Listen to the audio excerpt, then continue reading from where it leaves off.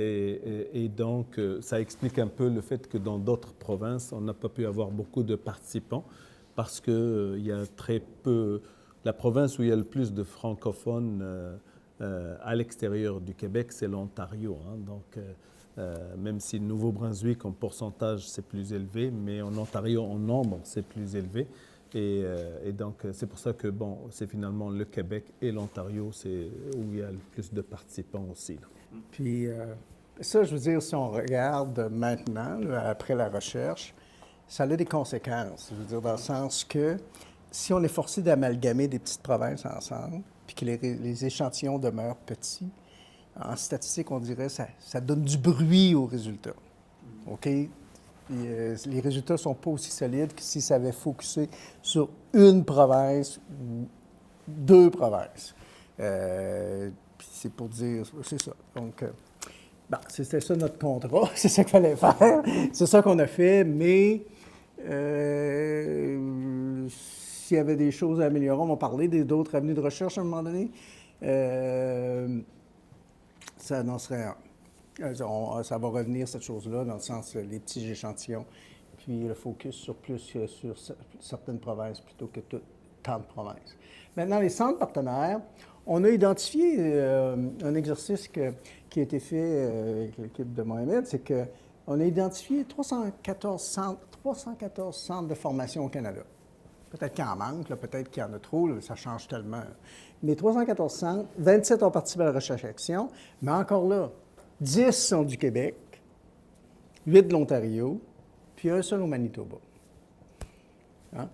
Puis ça, c'est comprenable. Mohamed l'a dit, c'est comprenable. Mais, je veux dire, en termes de résultats, il faut garder ça en tête. Je veux dire que c'est la réalité. Maintenant, les statistiques sur la formation suivie, la ventilation des formations reflète beaucoup, en fin de compte, la langue majoritaire de travail dans les provinces. OK?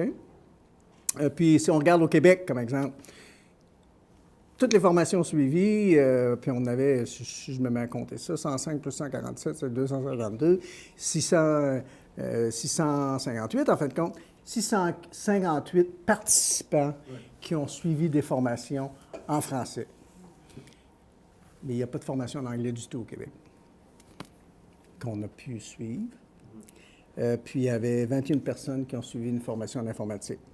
Mais si je regarde, supposons la Colombie-Britannique, aucune formation en français qui a été suivie, mais 11 personnes immigrantes ont suivi une formation en anglais langue seconde. Les employeurs suivis, encore là, je veux dire, plus de 2 tiers des employeurs venaient du Québec. 137 employeurs ont été suivis, mais 131 employeurs ont été retenus.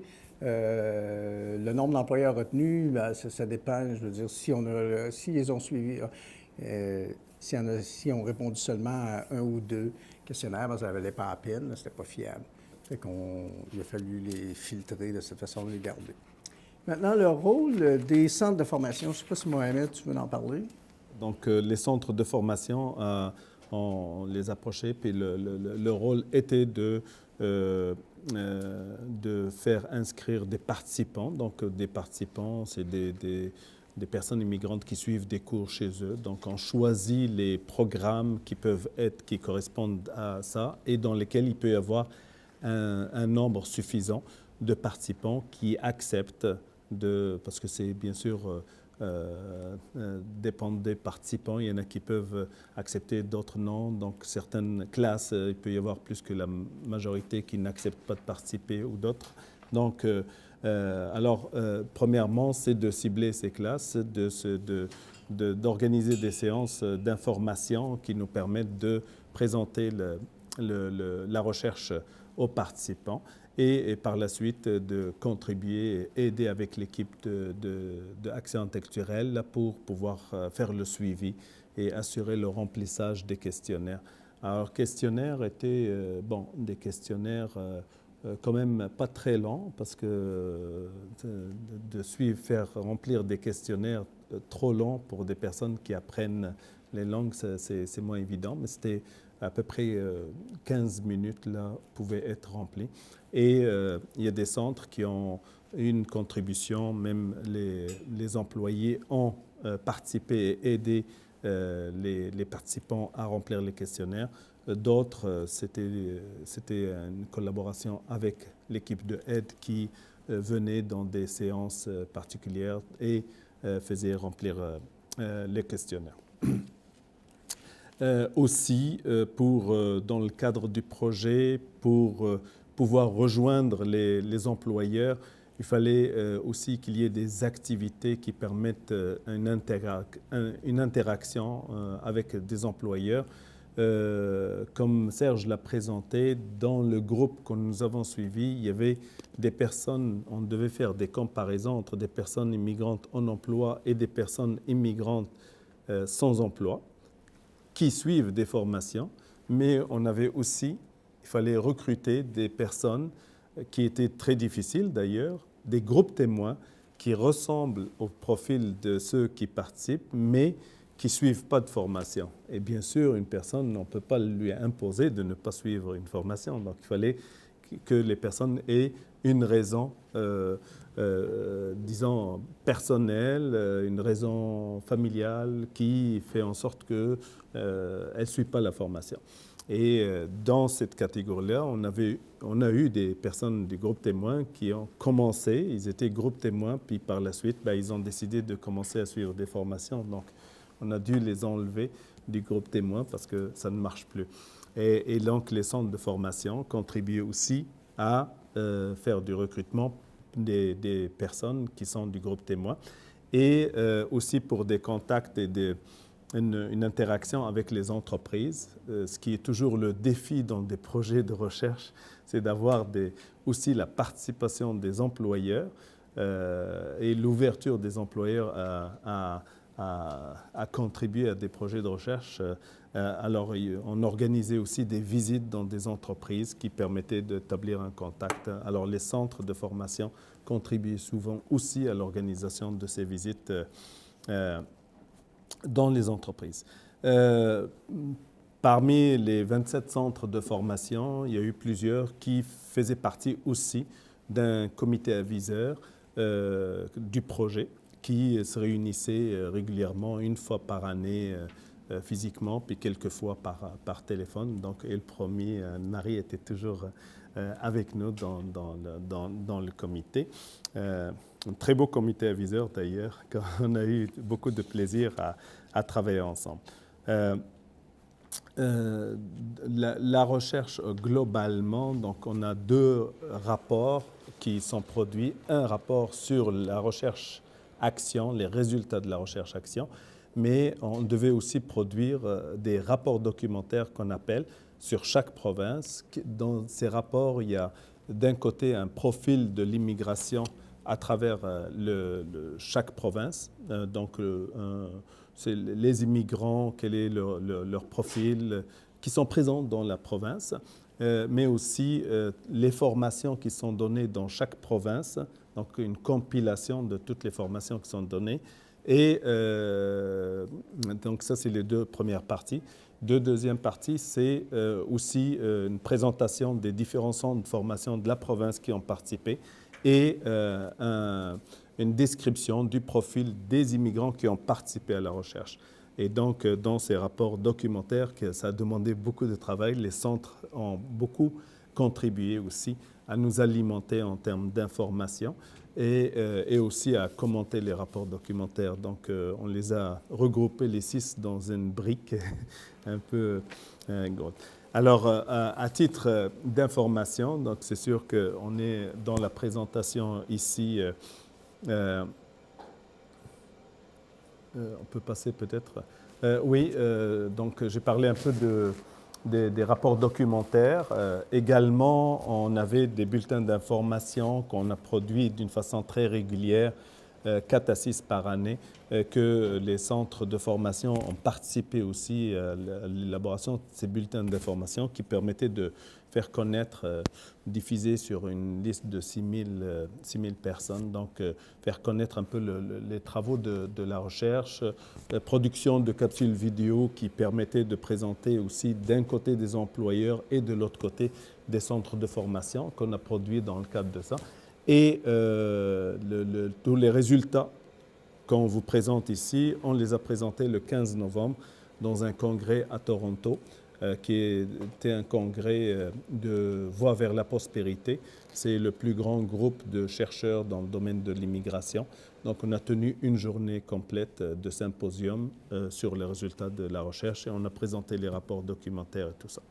Et bon, à titre indicatif, pour vous montrer l'implication importante des centres de formation, mais en particulier du PROMI, parce que c'est un des centres. Là, on voit ici un peu la contribution du PROMI en termes d'inscription de ceux qui ont complété le travail de la recherche. Donc, sans emploi en formation, on avait 99 personnes qui venaient du PROMI. Et ceux qui étaient en emploi et en même temps en formation, 36 personnes, pour un total de 135 personnes dans 3 catégories de Français, ce qui en fait du PROMI le plus grand centre, le centre de formation qui a contribué le plus à la recherche. Donc, merci au PROMI, à tous les employés du PROMI qui ont contribué, puis Anne-Marie en particulier, qui était assidue toujours là.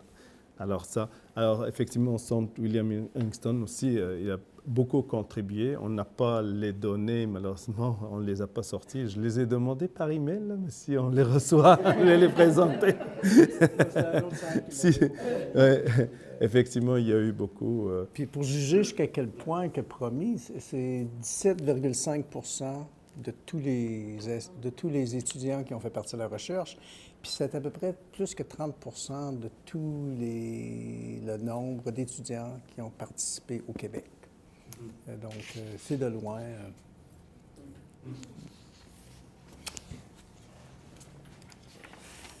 Les résultats? OK. On va regarder en premier lieu les résultats sans emploi. OK, des personnes sans emploi. En fin de compte, qu'est-ce qu'on regarde ici? Est-ce qu'une formation va faire en sorte que les salaires vont augmenter une fois qu'ils vont compléter leur formation ou si ça va leur prendre moins de temps pour trouver un emploi? Qu'est-ce qu'on voit ici? C'est que le nombre d'heures travaillées par semaine une fois qu'ils ont été en formation augmente, est actuellement un petit peu moins élevé. Parce qu'une façon de mesurer aussi si ça rapporte, c'est s'ils travaillent plus, est-ce qu'ils ont plus d'heures de travail. Qu'est-ce qu'on voit, c'est qu'en moyenne, il n'y a pas une grosse différence, mais pas réellement plus haut. Le salaire horaire moyen est un petit peu plus élevé. 17,1 versus 16,8, mais c'est des peanuts, hein, je veux dire, c'est dans une marge d'erreur. Le temps moyen sans emploi, ben ça, veut dire, c'est 3,4 versus 1,9. Donc, ça prend plus de temps pour se trouver un emploi. Puis, une autre chose aussi, les chances de se trouver un emploi pendant la période observée. 30,1 de ceux qui suivent une formation se sont trouvés un emploi versus 46,7. Donc, ça, c'est basé sur l'observation, évidemment. Si on avait observé plus longtemps, peut-être ça aurait été différent. Mais on regarde ça, puis à premier abord, il ne se trouve pas d'emploi plus vite. Puis les salaires sont comparables. On va en revenir plus tard. Pourquoi? Parce qu'il y a certaines raisons, peut-être d'ordre méthodologique, mais aussi, si on y pense comme il faut, peut-être que ce n'est pas trop surprenant. C'est cohérent avec les résultats de la vérificatrice générale jusqu'à un certain point. Fait que ça, c'est pour les participants en formation. En fin de compte, Ils ont moins de chances de se trouver un emploi. Un temps moyen sans emploi plus long, même si on exclut le temps qu'ils ont passé en formation. Puis des heures travaillées un peu plus faibles, mais des salaires un peu plus élevés. Donc ça, c'est un des premiers résultats. Maintenant, là, peut-être vous ne verrez rien de ça. Là. Peut-être c'est trop loin. Là. Puis j'ai décidé à la dernière minute d'inclure ça ce matin, parce que c'est des résultats qui sont intéressants. Puis ça va au-delà de la formation aussi. Première des choses, pour ceux qui peuvent voir jusqu'ici, là, comparativement à une personne, à un immigrant, un homme immigrant résidant au Québec, ayant aucune connaissance de l'anglais venant des Amériques, de l'Europe, quelqu'un comme ça en Ontario, ça va lui prendre 53 % moins de temps de se trouver un emploi que cette personne-là du Québec. S'il y a des enfants, si c'est un homme, puis il y a des enfants, ça va y prendre 47 % moins de temps. Si c'est une femme, par exemple, qui a des enfants, ça va prendre 164 % plus de temps.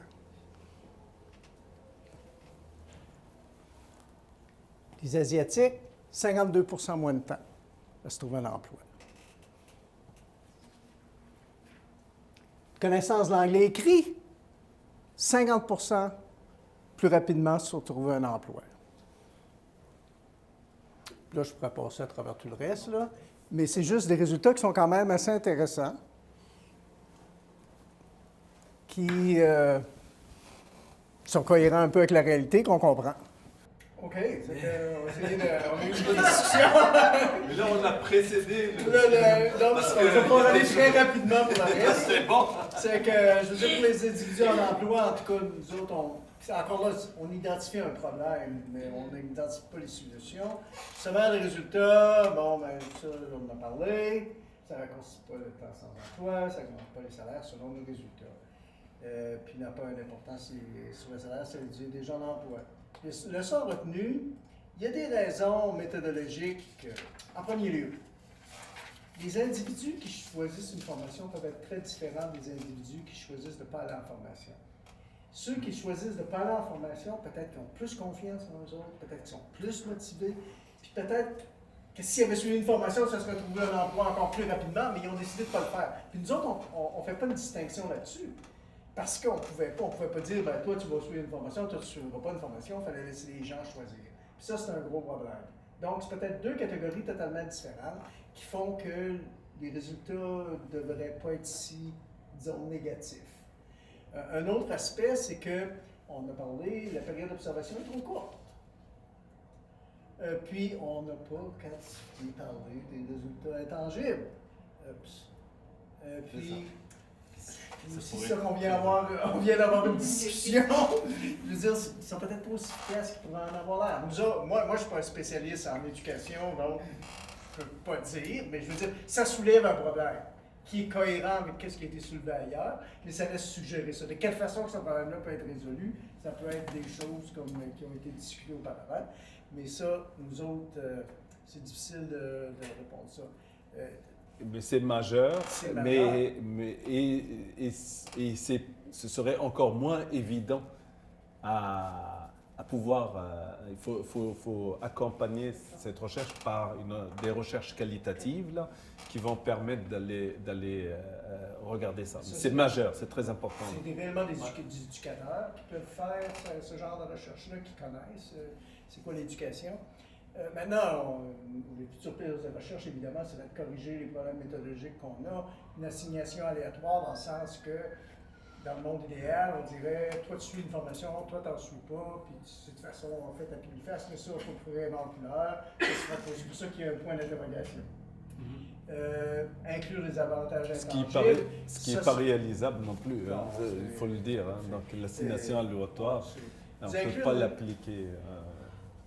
Dans le cas comme ça, là, on peut difficilement l'appliquer. Ça s'applique dans le domaine médical, mais dans ce domaine-là. Les gens acceptent ça dans le domaine médical, mais les gens n'accepteront jamais du point de vue de la formation. C'est ça. Inclure les résultats intangibles, ben ça, c'est plus réalisable. c'est pas facile, mais c'est plus réalisable, par exemple. Période d'observation plus longue, mais ça serait réalisable.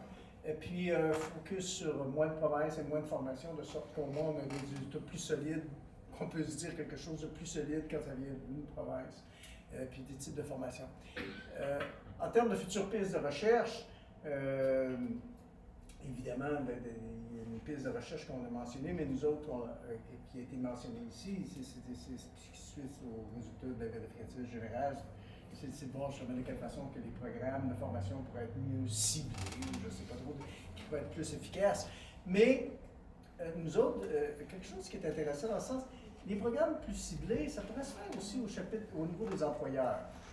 Dans le sens que si une formation qui se donne par les employeurs sont capables de dire probablement qu'est-ce qu'ils ont besoin. Puis à ce moment-là, le programme de formation se fait en coopération avec les employeurs. Puis à ce moment-là, ça serait plus ciblé que ça l'est maintenant. Peut-être que ce ne serait pas la meilleure façon, mais ce serait peut-être une option.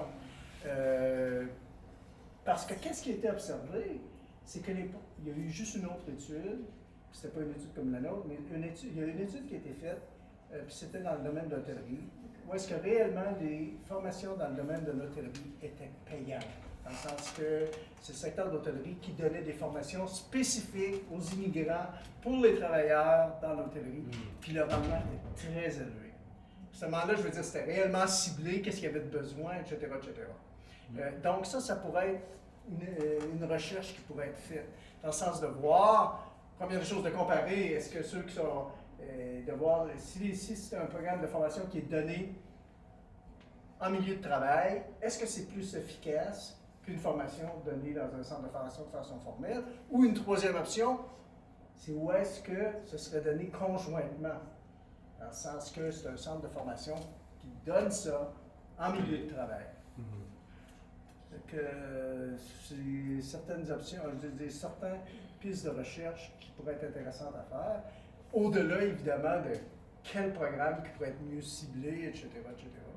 Mais c'est ça. Donc c'est ça. Je pensais que j'avais dit à Mohamed, alors tu dis, oh, 1h30, on va être correct. Mohamed, à un moment donné, il a envie de prendre son avion. Mohamed a un avion à prendre. C'est sans nous autres, avec nous autres.